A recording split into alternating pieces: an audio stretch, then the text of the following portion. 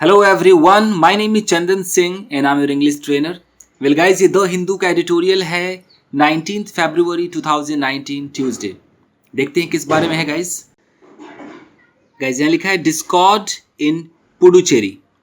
Discord का मतलब होता है मतभेद, यानी कि अगर कोई झगड़ा है, कुछ अनबन चल रहा है, तो पुडुचेरी में भी कुछ मतभेद है, अनबन है। मैटर ये है कि वहाँ भी वही हाल है जो दिल्ली में है कि वहाँ के जो सीएम है और जो लेफ्टिनेंट गवर्नर है, उन दोनों के बीच मतभेद है, वही पावर को लेकर के। तो देखते हैं। The CM's protest against the LG raises की issues that must be resolved early. अब इस सेंटेंस को तोड़ते हैं गाइस। यहाँ सीएम के बाद एपोस्ट्रॉफी एफ है, यानी कि सीएम का जो प्रोटेस्ट है, प्रोटेस्ट मतलब जो धरना प्रदर्शन करते हैं, किसके खिलाफ? अगेंस्ट द एलजी यानी कि लेफ्टिनेंट गवर्नर के खिलाफ जो है।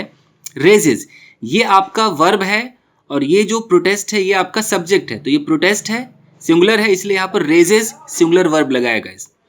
तो वो रेजेस मतलब उठाता है की इशू, की मतलब इंपॉर्टेंट, इशू मतलब मुद्दा, एक इंपॉर्टेंट मुद्दा उठाता है।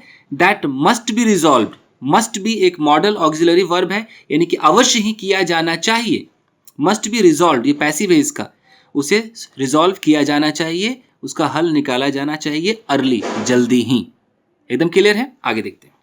दिस राउंड ऑफ कन्फ्लिक्ट, इस तरह का जो कन्फ्लिक्ट है, विवाद है, between Puducherry chief minister V Narayanasamy and lieutenant governor Kiran Bedi has been more serious than those in the past. यहाँ पे फुल स्टॉप है। अब यहाँ से यहाँ तक इतना बड़ा सेंटेंस कैसे तोड़ेंगे जो बिगिनर्स हैं? ये देखिए, बिटवीन हमारा प्रेपोजिशन है, इससे पहले का जो है ये हमारा क्या है? सब्जेक्ट है। ऑफ भी प्रेपोजिशन है, but this round of conflict ये पूरा सब्जेक्ट है कि इस तरह का जो झगड़ा है। अब ये झगड़ा है कन्फ्लिक्ट, तो इसके लिए जो वर्ब है वो क्या है? हैज बीन है। ये देखिए, तो इस तरीके से समझा कीजिए कि सब्जेक्ट ये उसका वर्ब है, हैज बीन। तो जो झगड़ा है between Puducherry chief minister V Narayanasamy और जो लेफ्टिनेंट गवर्नर जो है किरण बेदी, इन दोनों के बीच जो मतभेद है, has been more serious. Has been मतलब बहुत ही रहा है, ये बहुत ही सीरियस रहा है। देन का मतलब है कि तुलना की जा रही है। दोज इन द पास्ट, तो पास्ट में जो और लोग रहे होंगे, जो दो रहे होंगे ना, चीफ मिनिस्टर और जो लेफ्टिनेंट गवर्नर रहे होंगे, तो उनकी अपेक्षा ये जो है ये ज्यादा सीरियस है। ये समझ में आ रहा है? आगे देखते हैं।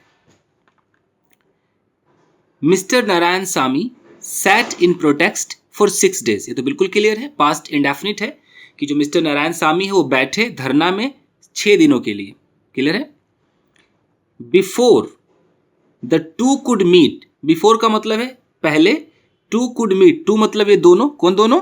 जो नारायण सामी है, जो लेफ्टिनेंट गवर्नर है किरण बेदी, कि दोनों के मिलने से पहले, यानी कि 6 दिन तक वो धरना में बैठे।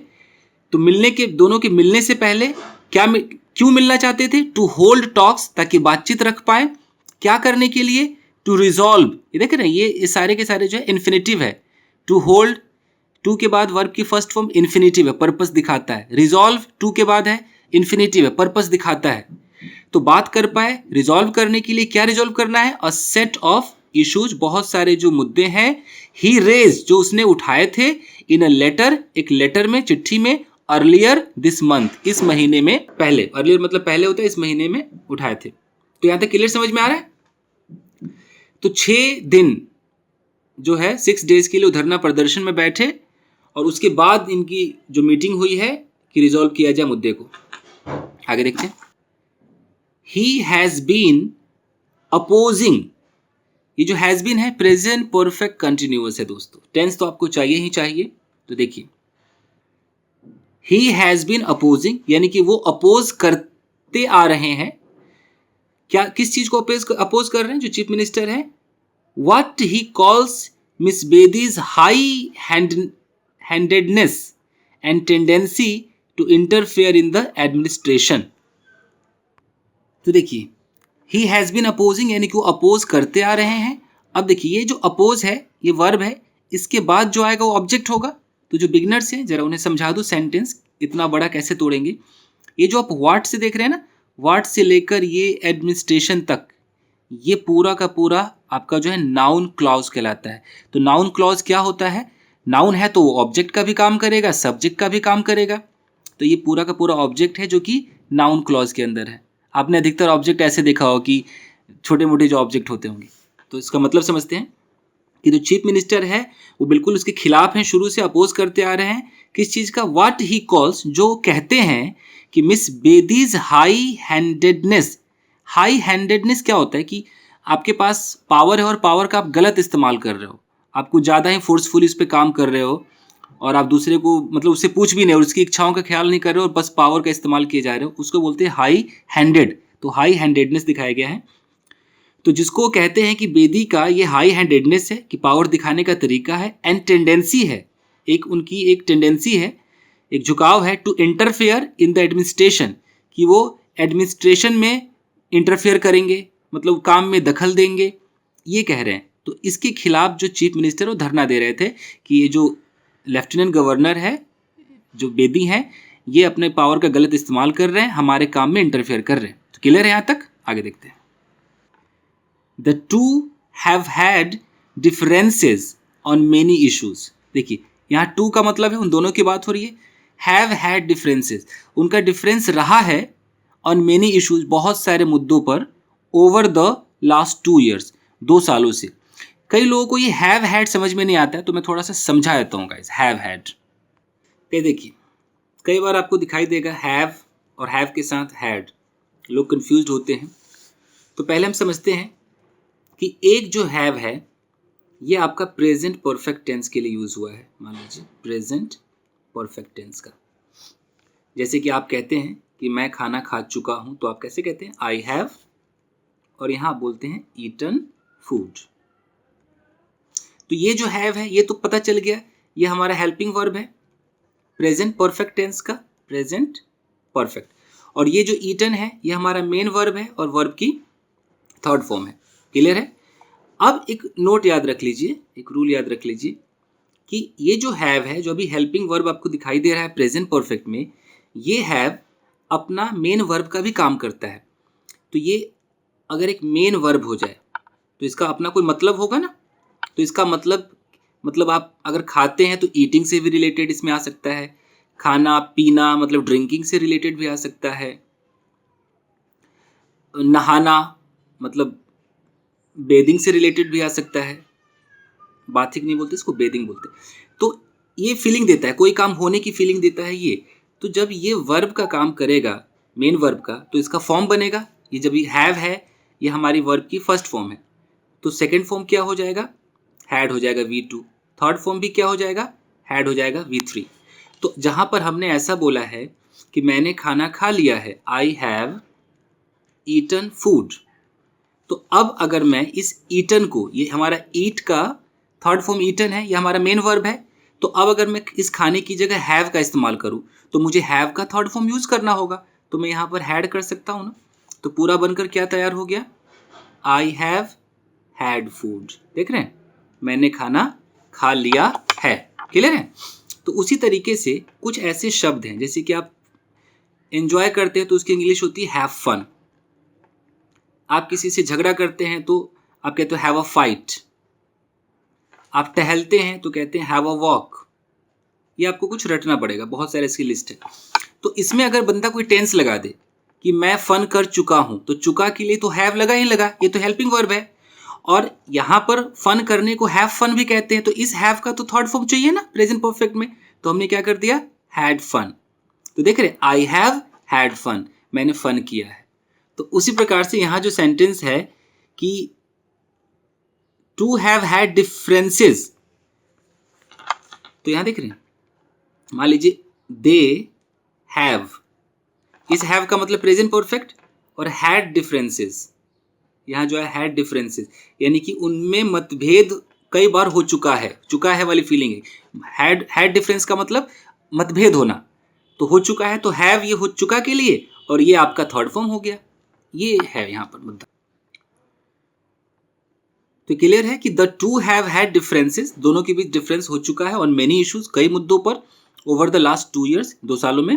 अब देखिए, सच प्रॉब्लम, सच का मतलब होता है इस तरह का, ऐसी जो प्रॉब्लम्स है, are an obvious consequence of the political structure of union territories. पहले यहां तक देखते हैं। इस तरह की जो प्रॉब्लम्स है वो ओबियस है, स्वाभाविक है। कॉन्सिक्वेंस का मतलब होता है परिणाम। तो ये स्वाभाविक परिणाम है। किस चीज का परिणाम है? Of the political structure. ये जो जो राजनीतिक जो ढांचा है किस चीज का? Of union territories. तो उसका परिणाम है कि जितने भी यूनियन टेरिटरीज है उसमें ये प्रॉब्लम होगी कि जो चीफ मिनिस्टर है वो बस नाम का चीफ मिनिस्टर है, जो पावर ज़्यादा उसको दिया ही नहीं गया है। सेंटर के पास पावर है, या जो लेफ्टिनेंट गवर्नर है वो ज़्यादा उसमें हस्तक्षेप करने लगते हैं। तो ये तो भैया एक परिणाम है। अब देखिए, इन विच का मतलब है जिसमें द एडमिनिस्ट्रेटर, जो जो जो सरकार है, जो एडमिनिस्ट्रेटर है, as the nominee of the president. थोड़ा ऐसे घुमा के लिखा है कि मतलब कि राष्ट्रपति का जो दावेदार होता है, यूं समझ लीजिए कि राष्ट्रपति की जैसी पावर नहीं होती, जो लेफ्टिनेंट गवर्नर है, वो बात कही जा रही है। As the nominee of the president enjoys powers, वो पावर को एंजॉय करता है। इस तरह के जो यूनियन टेरिटरीज है, यानी कि जो गवर्नर है वो एंजॉय करता है superior to the chief minister, जो कि चीफ मिनिस्टर से ज्यादा पावर रखता है। एंड द काउंसिल मिनिस्टर से भी सुपीरियर पावर रखता है, वो उस पावर को एंजॉय करता है। क्लियर है कि इस तरह के यूनियन टेरिटरी में जो चीफ मिनिस्टर है उनकी वैल्यू ज्यादा नहीं होती, बस नाम के हैं। पावर जो है वो एलजी के हाथ में है, या बिल्कुल सेंटर को कंप्लेन जाएगा, राष्ट्रपति को जाएगा कि भाई आप एक्शन लीजिए। The trigger for the latest stand off seems to have been miss Bedi's move to enforce the rule for two wheeler riders to wear helmets. अब इतने बड़े सेंटेंस को हम समझने की कोशिश करते हैं। देखिए, द ट्रिगर क्या होता है? उकसाव। जो इंसान किसी चीज को, मैटर को ट्रिगर कर देता है, उकसा देता है, तो उसके बारे में बात की जा रही है कि जो ट्रिगर है, जो उकसाना जो है, for the latest stand of, बिल्कुल जो भी लेटेस्ट का जो स्टैंड ऑफ है, स्टैंड ऑफ का मतलब क्या? बराबर की जो टक्कर चल रही है, दोनों मान नहीं रहे, कोई हट नहीं रहा है, कोई किसी से कम नहीं है। सीम मतलब ऐसा प्रतीत होता है। टू हैव बीन का मतलब कि ऐसा रहा है। मिसेज वेदीज मूव, कि ऐसा प्रतीत होता है वेदी का एक कदम रहा है। क्या करने का? टू एनफोर्स, ये इन्फिनिटिव है, यानी कि पर्पस को दिखा रहा है। जो कदम रहा है वो कदम किस चीज के लिए रहा है? टू एनफोर्स का मतलब लागू करना। द रूल, एक रूल को लागू करना। फॉर टू व्हीलर्स, जो टू व्हीलर्स राइडर्स है उनके लिए एक रूल बनाना। कौन सा रूल है? टू वेयर हेलमेट्स, जो हेलमेट पहनने का उन्होंने कोई ऐसा रूल बना दिया होगा, एकदम कानून लागू कर दिया है। तो एक तो ये लग रहा है, ये स्टैंड ऑफ का ये मुद्दा रहा होगा जो ट्रिगर है। अब देखिए, while the Chief Minister believes it can be enforced only after raising awareness, Miss Bedi wants it implemented immediately. ये जो वाइल वाला है ना, ये समझाना बहुत जरूरी कि वाइल से सेंटेंस शुरू होगा फ्रेंड्स, और फिर एक कॉमा भी होगा, ध्यान दीजिएगा। न्यूज़पेपर में आजकल बहुत आ रहा है, और फिर एक बड़ा सा सेंटेंस होगा। लोग यही कहीं कंफ्यूज होते हैं, मैं थोड़ा समझा देता हूं आपको, आप बोर मत होइएगा। देखिए, वाइल के दो मतलब यहाँ पर यूज होते हैं। एक तो वाइल का मतलब होता है कुछ भी करते समय, ये तो ऑलमोस्ट सबको पता होता है। जैसे खाते समय बोलना है तो हम कैसे बोलेंगे? While eating. अगर मैं इसको सेंटेंस में जोड़ूं कि मैं खाते समय टीवी देखता हूं, तो मैं कैसे बोलूँगा कि आई वॉच टीवी खाते समय वाइल ईटिंग। यहाँ तक तो क्लियर है। न्यूज़पेपर में जो अधिकतर वाइल दिखाई देता है वो जबकि के सेंस में दिखाई देता है। इस वाइल का मतलब है जबकि। अब ये कैसे होगा? ये दो तरीके से बनते हैं। या तो ऐसा एक हो कि आई ईट, मान लीजिए 2 चपातीज, मैं 2 चपातीज खाता हूं, वाइल, अब यहां वाइल लग जाए, जबकि माई ब्रदर ईट्स 5 चपातीज। देख रहे हैं? ये दोनों में मतभेद दिखाता है, दोनों में मतलब एक कॉन्ट्रास्ट दिखाता है कि आई ईट 2 chapatis while my brother Yeats 5 chapatis. तो यहां पर कोई कॉमा नहीं, क्योंकि हमने पहले जो सेंटेंस शुरू किया वो वाइल से नहीं किया। न्यूज़पेपर में आजकल क्या है, अधिकतर वो वाइल से शुरू कर देते हैं। अगर इसी को मैं लिखूं कि while my brother Yeats 5 chapatis और यहां एक कॉमा कर दूं, आई ईट 2 चपातीज। बात वही है कि मैं खाता हूं 2 चपाती, जबकि जहां वाइल लगा है वो जबकि की फीलिंग देगा, जबकि माई ब्रदर ईट्स 5, जबकि मेरा जो भाई हो 5 खाता है। तो ऐसा ही मैं आपको यहाँ एग्जाम्पल दिखा रहा हूं, कितना बड़ा सेंटेंस है। While the chief minister beliefs it can be enforced only after raising awareness. यहाँ कॉमा देख रहे हैं आप, वाइल के यूज को सीख रहे हैं दोस्तों, सीखिए। और कॉमा के बाद देखिए, miss Bedi wants it implemented immediately, full stop. तो इसका मतलब ये होगा कि जो मिस बेदी है वो चाहती है कि ये जो रूल है बहुत जल्द इम्प्लीमेंट हो जाए, यूज होने लगे, कार्यान्वित हो जाए। जबकि वाइल मतलब जबकि the chief minister believes, chief minister का ऐसा मानना है, वो ऐसा यकीन करते हैं, इट कैन बी एनफोर्स्ड, इसको रूल मतलब इसको रूल में लाया जा सकता है, ये लागू किया जा सकता है ओनली आफ्टर रेजिंग अवेयरनेस, एकदम सिर्फ अवेयरनेस पैदा करके, मतलब जागरूकता पैदा करके इसको एनफोर्स किया जा सकता है। तो मतलब समझ में आ रहा है कि दोनों का कंट्रास्ट दिखा रहे हैं, अंतर। बेदी चाह रही कि भैया फटाफट इस रूल को करो, और जो चीफ मिनिस्टर कह रहे हैं कि नहीं, आप पहले अवेयरनेस पैदा करो, जानकारी दो, जागरूकता लाओ, फिर ये होगा। ये वाइल है। एक जो ये जो सीम टू हैव है, मैं वो भी समझा देता हूं आपको। यहां पर एक सीम टू हैव आया था ना, ये सीम टू हैव, ये भी मैं आपको थोड़ा सा समझा देता हूं। गाइज कुछ लोग बोर फील करते हैं क्योंकि वो जल्दी में होते हैं, एडिटोरियल समझना चाहते हैं, बट मेरा टारगेट है कि आप खुद क्यों नहीं समझ पाते ट्रांसलेट करके। तो मैं आपको एक एक सेंटेंस को समझा रहा हूं कि आप आगे से समझ पाएंगे गाइज। तो देखिए, कभी भी अगर आपको ऐसे मिल जाए सीम टू हैव, तो इसका मतलब होता है कि ऐसा प्रतीत होता है, जैसे मैं बोलूं कि ही, और ऐसे लिखा हो seems to have beaten that boy.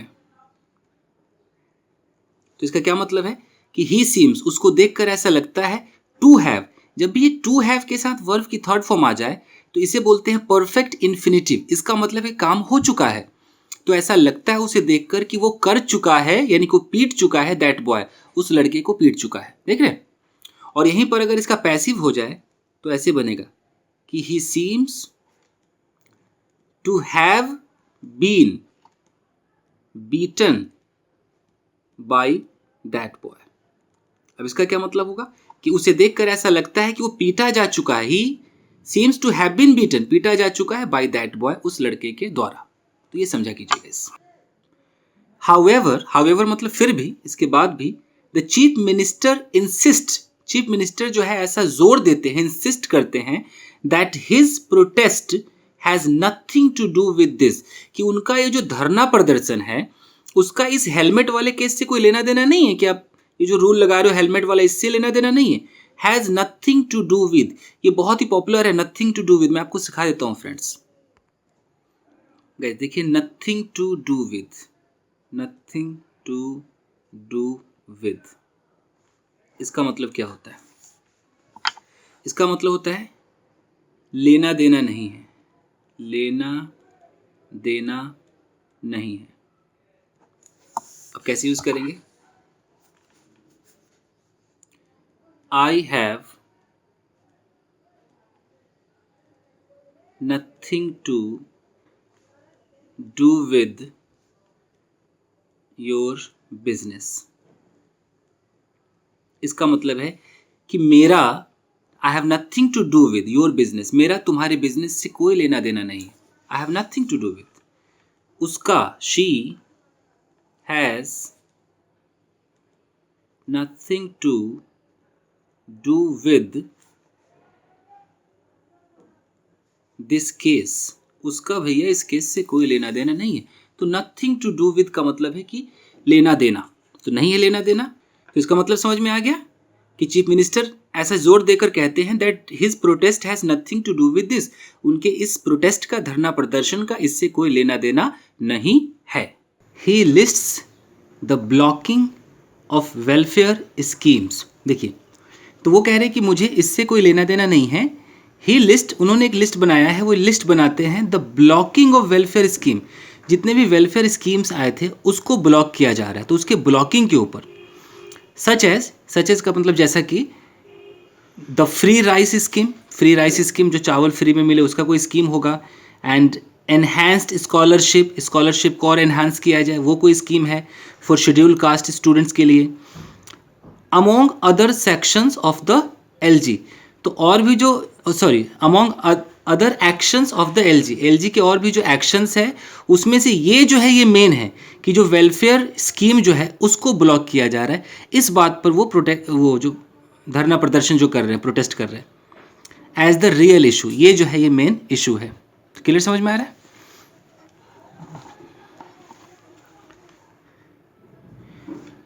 What ever be the origin of this conflict, what ever मतलब जो कुछ भी, बी मतलब हो, the origin of this conflict, इस कॉन्फ्लिक्ट का, इस विवाद का, मतभेद का जो भी ओरिजिन हो, ओरिजिन मतलब जो भी इसका एक इस जड़ हो, the site of chief minister, जो साइट है, जो दृष्टि है चीफ मिनिस्टर की ऑन एन इनडेफिनिट धरना, इनडेफिनिट का मतलब जो कि डेफिनिट ना हो, तो इनडेफिनिट कब तक चलेगा कुछ कह नहीं सकते हैं, इनडेफिनिट है, तो इनडेफिनिट धरना इज नॉट सीमली, वो उचित नहीं है। सीमली का मतलब उचित नहीं है, मुनासिब नहीं है। It could not have gone on indefinitely, देखिए कुड नॉट हैव गॉन, नहीं गया होता, नहीं जा सकता था, जो ये कुड नॉट हैव है ना कि ऐसा नहीं हो सकता था, ऑन इनडेफिनेटली, इनडेफिनेटली का मतलब होता है अनंत काल तक, काफ़ी समय तक, इनडेफिनेटली जो बिल्कुल डेफिनेट ना हो, लंबा चल जाए, ये नहीं जा सकता था। एंड द फैक्ट दैट, और सच ये है कि fact that a dialogue was formally initiated, जो डायलॉग है, डायलॉग का मतलब बातचीत होता है, जो टॉक्स होते हैं उसको फॉर्मली इनिशिएट किया गया, लाया गया, एल्बीट आफ्टर मच डिले, यद्यपि, एल्बिट का मतलब यद्यपि, हालांकि, आफ्टर मच डिले, काफ़ी देर के बाद उनके बीच बातचीत हुई, यानी कि जो उनका धरना प्रदर्शन है काफ़ी लंबा गया, तो उसी बारे में कह रहा है कि it could not have gone on indefinitely, इतना अनंत काल तक नहीं जाता, डायलॉग काफ़ी देर बाद हुई, इज़ अ वेलकम डेवलपमेंट, और ये जो डायलॉग है ये एक वेलकम डेवलपमेंट है कि मतलब चलो इसका स्वागत है, एक अच्छा विकास है कि ये डायलॉग बाजी जो हो गई है। Central to the conflict, central मतलब जो मुख्य, जो मेन है, टू द कॉन्फ्लिक्ट यानी कि झगड़ा का जो मेन जो मुद्दा है, इज़ द क्वेश्चन, वो ये प्रश्न है, वेदर, वेदर जब भी लग जाए तो एक सवाल सा होता है कि ऐसा होगा कि नहीं होगा, whether miss Bedi is acting within her powers, तो यानी कि जो मेन मुद्दे का जो क्वेश्चन है वो ये है कि क्या मिस बेदी जो है, जो लेफ्टिनेंट गवर्नर है, वो एक्ट कर रही हैं, वो अपना इस्तेमाल कर रही हैं, जो काम कर रही हैं विद इन हर पावर्स, उन्हें जो पावर मिला है उसी पावर का इस्तेमाल कर रही हैं उसी के अंदर में, या और एक्सीडिंग हर ब्रीफ, और अपने काम को एक्सीड कर रही है, बढ़ा रही है, in seeking to play a proactive role in the affairs of the union territory, in seeking to, seek का मतलब क्या होता है, ढूंढना, तलाश करना, मांग करना, तो in seeking to play a proactive role, तो क्या उनको एक प्रोएक्टिव रोल निभाना है उसके तलाश में, उस चीज़ की वजह से, प्रोएक्टिव का मतलब होता है ना कि आप मतलब बहुत एक्टिव, पहले से एक्टिव हो, प्रोएक्टिव मतलब इन हिंदी में इसको अगर बोलूँ प्रोएक्टिव को, तो इसकी हिंदी होगी अग्र सक्रिय कह लीजिए, पहले से जो एक्टिव है अग्र सक्रिय। तो समझ में आ रहा है यहाँ तक कि जो क्वेश्चन ये है कि जो क्या मिस बेदी जो है अपने पावर जो उन्हें मिला है उसके अंदर ही काम कर रही है या उसे बढ़ा रही हैं, किस लिए बढ़ा रही है, in seeking to play a proactive role, कि एकदम अग्र सक्रिय रोल वो निभा पाए इन द अफेयर्स, अफेयर मतलब जो मामले हैं ऑफ द यूनियन टेरिटरी के मामले में, कि पहले ही सक्रिय रहे और सारे एक्शंस खुद ले ले, इस चक्कर में तो नहीं अब कुछ ज़्यादा ही अपने पावर को बढ़ा रही हैं। अंडर द कॉन्स्टिट्यूशन यानी कि संविधान के अंदर, the territory belongs to the president, ये जो यूनियन टेरिटरी जो है ये प्रेजिडेंट का है, प्रेजिडेंट से बिलोंग करता है। हु रन्स इट, हु मतलब यहाँ पर ये रिलेटिव प्रोनाउन है, जो चलाते हैं इसे through the LG, lieutenant governor के द्वारा चलाते हैं, एज एडमिनिस्ट्रेटर, वही मेन होता है जो लेफ्टिनेंट गवर्नर है ऐसे यूनियन टेरिटरी के। हाउएवर, फिर भी, under section 44 of the union territory act 1963, तो एक यूनियन टेरिटरी एक्ट बनाया गया था 1963 में जो कि सेक्शन 44 में है, तो इसके तहत the administrator has to act, यानी कि जो गवर्नर जो हैं, जो एलजी जो हैं, इनको काम करना है on the aid and advice of the council of minister, जो मंत्री परिषद है उनके एड मतलब सहायता, एडवाइस मतलब सलाह, इससे ही काम करना है। एट द सेम टाइम, साथ ही साथ any difference of opinion between them, लेकिन अगर कोई ओपिनियन में कोई डिफरेंस आता है, अगर कोई मतभेद हो जाता है उन दोनों में, जो लेफ्टिनेंट गवर्नर है और जो मिनिस्टर ऑफ काउंसिल या जो चीफ मिनिस्टर है, अगर कोई मतभेद होता है, can be refer to the president, उसे प्रेजिडेंट के पास भेज दिया जाएगा, रेफर कर दिया जाएगा।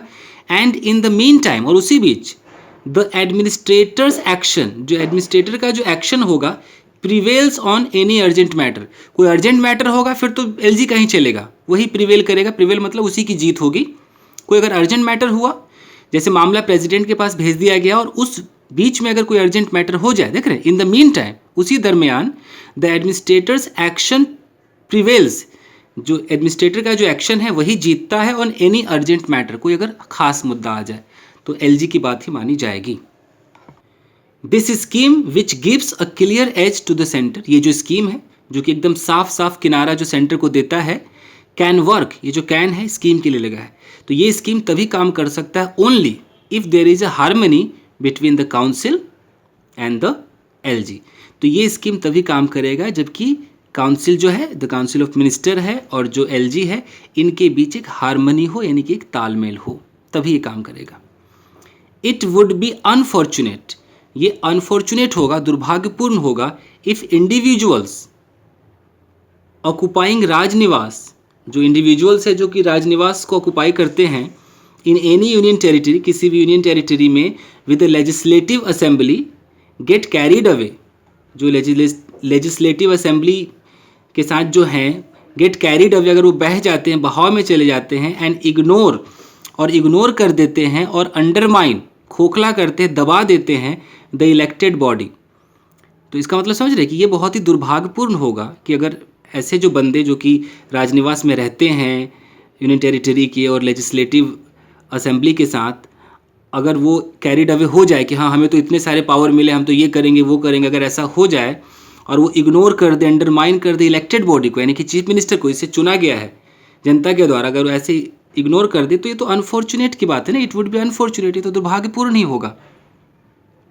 लास्ट ईयर, पिछले साल, ruling on the limits of the LG's power in Delhi, देखिए रूलिंग, रूल का मतलब फैसला सुनाना भी होता है, निर्णय लेना, और ये जो आईएनजी है ना, ये पार्टिसिपल है, प्रेजेंट पार्टिसिपल, करते हुए, ruling on the limits of the LG's power, LG के पावर का जो लिमिट है उस पर एक फैसला सुनाते हुए दिल्ली में, the supreme court stressed, supreme court ने एकदम जोर दिया, स्ट्रेस किया, the need for the LG, LG की जो आवश्यकता है, एलजी के लिए जो आवश्यक जो चीज़ है, एज वेल एज पीपल्स